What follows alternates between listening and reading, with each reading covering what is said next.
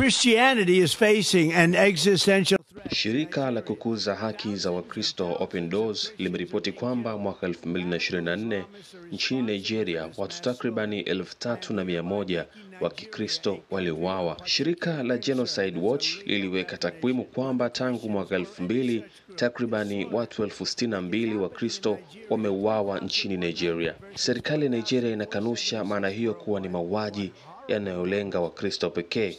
Inasema ukatili unawaathiri Waislamu na Wakristo, hivyo ni tatizo la jumla ya usalama. Trump alisema Ukristo unakutana na vitisho vingi sana nchini Nigeria, na Wakristo hao wamekuwa kiuliwa kwa namba kubwa na mpaka kupelekea vitisho zaidi. Pia aliagiza Wizara ya Ulinzi Marekani, United States Department of Defense, kuandaa mpango wa kuingilia Nigeria ikiwa serikali haitachukua hatua za kutosha. Trump alitangaza kwamba Marekani itacheza kadi ya kuimarisha ulinzi wa Wakristo duniani, na Nigeria imewekwa kwenye orodha ya nchi ya kuzingatia makosa ya uhuru wa dini. Wahakiki wengi wanasema ni ngumu kuthibitisha kwamba mauaji hayo yote yanafanywa kutokana na dini pekee. Mara nyingi kumechanganyika na migogoro ya ardhi, wakulima na wachungaji, ugaidi wa kundi la Boko Haram na kadhalika.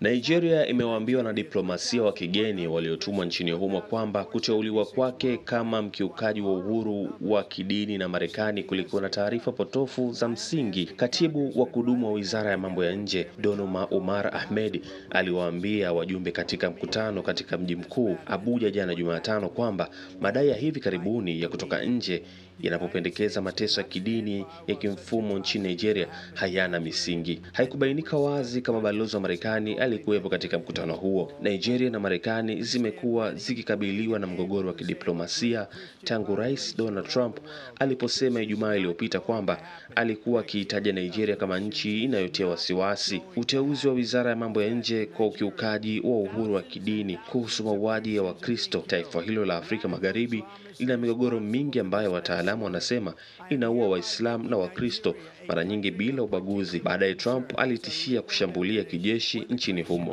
Christianity is facing an existential threat in Nigeria. Thousands and thousands of Christians are being killed. Radical Islamists are responsible for this mass slaughter.